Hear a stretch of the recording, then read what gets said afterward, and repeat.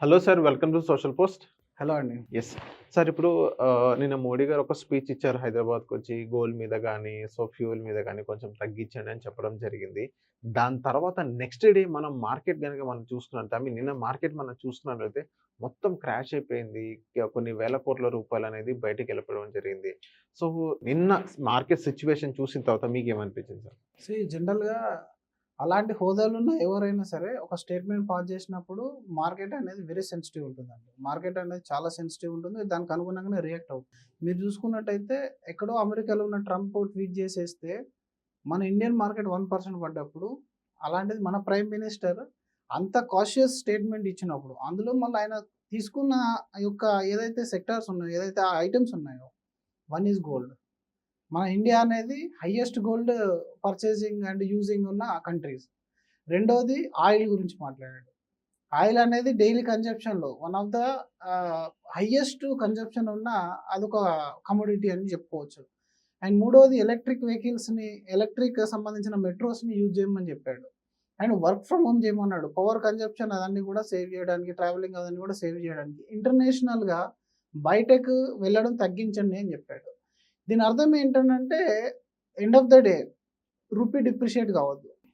End of the day ఏంటంటే rupee depreciate కావద్దు. ఎందుకంటే మనకు మారక విలువ అనేది తగ్గుతున్నప్పుడు ఏంటంటే కంట్రీ అని బలహీనం అయిపోతుంది. మనం టన్స్ బోల్స్ మనం దిగుమతి చేసుకున్నప్పుడల్లా ఏమవుతుంది, మన వాల్యూ తగ్గిపోయి యూఎస్ డాలర్ విలువ అనేది పెరిగిపోతుంది. అప్పుడు మనం ఆర్థికంగా డౌన్ అయిపోతాం. అయితే ఇంకొకటి అసలు నెగటివ్గా రియాక్ట్ అయిన ఏ కంపెనీస్ మీరు చూసుకున్నట్టయితే బ్రాడర్‌గా ఏవైతే ఇప్పుడు ట్రావెలింగ్ కంపెనీస్ ఉంటాయో వాటి కంపెనీ యొక్క షేర్స్, ఆ తర్వాత ఇట్లా మనకు ఈ ఆయిల్ ప్రొడక్షన్ కంపెనీస్ ఏవైతే ఉంటాయో, కన్స్యూమర్ గూడ్స్ ఎఫ్ఎంసీజీ ఉన్నాయో వాటి కంపెనీ యొక్క షేర్స్, అండ్ గోల్డ్ సెల్లింగ్ చేసే కంపెనీస్ ఏవైతే ఉంటాయో, ట్రాన్సాక్షన్ చేసే కంపెనీస్ ఉంటాయో వాటి యొక్క షేర్స్ అనేది డౌన్ అవ్వడం జరుగుతుంది. డెఫినెట్లీ ఇందులో మెజారిటీ ప్లేస్ ఎవరు ఉంటుంది అని అంటే ఎఫ్ఐఎస్ కాన్సెస్ అనేది ఎక్కువ ఉంటుంది. ఎఫ్ఐఎస్ సెల్లింగ్ అనేది ఎక్కువ కనబడుతుంది. ఎందుకంటే వాళ్ళు మార్కెట్ కండిషన్స్‌ను బాగా దగ్గర నుంచి అబ్జర్వ్ చేస్తారు. అబ్జర్వ్ చేసి ఆ కాషియస్ స్టేట్మెంట్ తీసుకుంటారు. లాంగ్ టర్మ్‌లో దీని ఎఫెక్ట్ ఎంతవరకు వస్తుంది అనేది ఎవరు కూడా గెస్ చేయలేరు. ఇట్స్ ఎ బెట్ అంతే. మీరు అసలు మనీని సేవ్ చేసుకుందాం అని చెప్పేసి అప్పటి వరకు మనం ఒక లెవెల్ వరకు పెరిగిన అమౌంట్‌ని ప్రాఫిట్ బుకింగ్ చేసేస్తారు. వాళ్ళు పెట్టిన అమౌంట్‌ని వెనక్కి తీయడం కాదు. ఒక లెవెల్ ఆఫ్ స్టాక్ అనేది, ఒక సెక్టర్ అనేది ఒక లెవెల్‌కి రీచ్ అయిన తర్వాత ఇంకా ఈ స్టేట్మెంట్ తర్వాత ఒకవేళ అది నెగెటివ్ ఇంపాక్ట్ ఇస్తే వీళ్ళ ప్రాఫిట్ తగ్గిపోతుంది కదా. డెఫినెట్లీ వాళ్ళు కాషియస్ తీసుకోవాలి.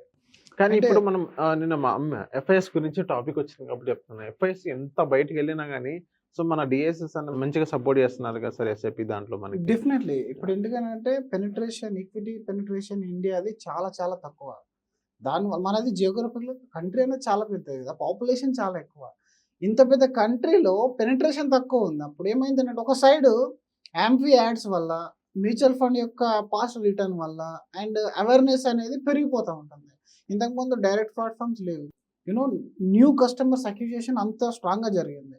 దాని తర్వాత మీకు ఎన్జే వెల్త్ వీళ్ళది ఒక డేటా కానీ చూసినట్టయితే మీరు కొత్త ఇన్వెస్టర్స్, నంబర్ ఆఫ్ ఇన్వెస్టర్స్ పెరుగుతున్నారు. ఇప్పుడు మీరు సిప్ పోర్ట్ఫోలియో కూడా మనం చూస్తే మంత్ ఆన్ మంత్ ఎంత డ్రాస్టికల్గా గ్రో అవుతుంది. దీని అర్థం ఏంటంటే ఓవరాల్ ఈక్విటీ పైన అవేర్నెస్ పెరుగుతుంది, బట్ మార్కెట్ సెంటిమెంట్ వల్ల తగ్గుతుంది. ఎఫ్ఐఎస్ ఎంత బయటకు వెళ్ళినప్పటికీ మన స్ట్రెంత్ అనేది ఎక్కువ. ఒకప్పుడు మన స్ట్రెంత్ లేదు కాబట్టి వాళ్ళు ఒక చిన్న కాల్ తీసుకున్న మార్కెట్ అనేది 5%, 10% కరెక్షన్ వచ్చేది. ఇప్పుడు అలా రావట్లేదు. అంటే 50% ఉంది మన డొమెస్టిక్ స్ట్రెంత్ కూడా. వాళ్ళు 4,000 crores 5,000 crores అయితే మనం 2,500 2,000 crores అనేది అడిషన్ జరుగుతుంది. ఇంకా గోయింగ్ ఫార్వర్డ్ ఎఫ్ఐఎస్ యొక్క ఇంత కెపాసిటీ అనేది వర్కౌట్ చేయదు, మన ఇండియా మీద అంత ఎఫెక్ట్ చూపించదు. ఎందుకంటే డిఏ స్ట్రెంత్ ఎక్కువ అయిపోతుంది అప్పటికే. బట్ అట్ ప్రజెంట్ ఇప్పటికీ మన మార్కెట్ సెన్సిటివ్ ఉంది బికాస్ ఆఫ్ ఎఫ్ఐఐ ఇష్యూ వల్ల. కాబట్టి ఇది టెంపరీ సిచ్యువేషన్, ఇది ఒక కాషియస్ స్టేట్మెంట్. కరెంట్లో ఉన్న మార్కెట్లో ఇప్పుడు మోడీ చెప్పిన దాని విధంగా మనకు మార్కెట్లో కొంత కరెక్షన్ వచ్చినప్పటికీ ఇది ఒక రైట్ వేలో మనకు జరుగుతుంది మార్కెట్ చేంజ్ అనేది. ఎందుకంటే మనం స్ట్రాంగ్గా ఉండాలి. End of the day macro economy ఎప్పుడైతే పర్ఫామ్ చేస్తుందో అప్పుడే స్టాక్ మార్కెట్లో డబ్బులు వస్తుంది. మాక్రో ఎకనామీ చేయాలి అని అంటే రూపీ స్ట్రాంగ్గా ఉండాలి, కంపెనీ కార్పొరేట్ ఎర్నింగ్ స్ట్రాంగ్గా ఉండాలి, కన్జంప్షన్ అనేది స్ట్రాంగ్గా ఉండాలి. ఇవన్నిట్లలో మనం స్ట్రాంగ్గా ఉండాలి అంటే మనకి ఇంపోర్ట్స్ అనేది తగ్గిపోవాలి. ఓకే. ఆ విధంగా. సో థ్యాంక్ యూ సార్ మా సోషల్ పోస్ట్ వచ్చినందుకు. Thank you.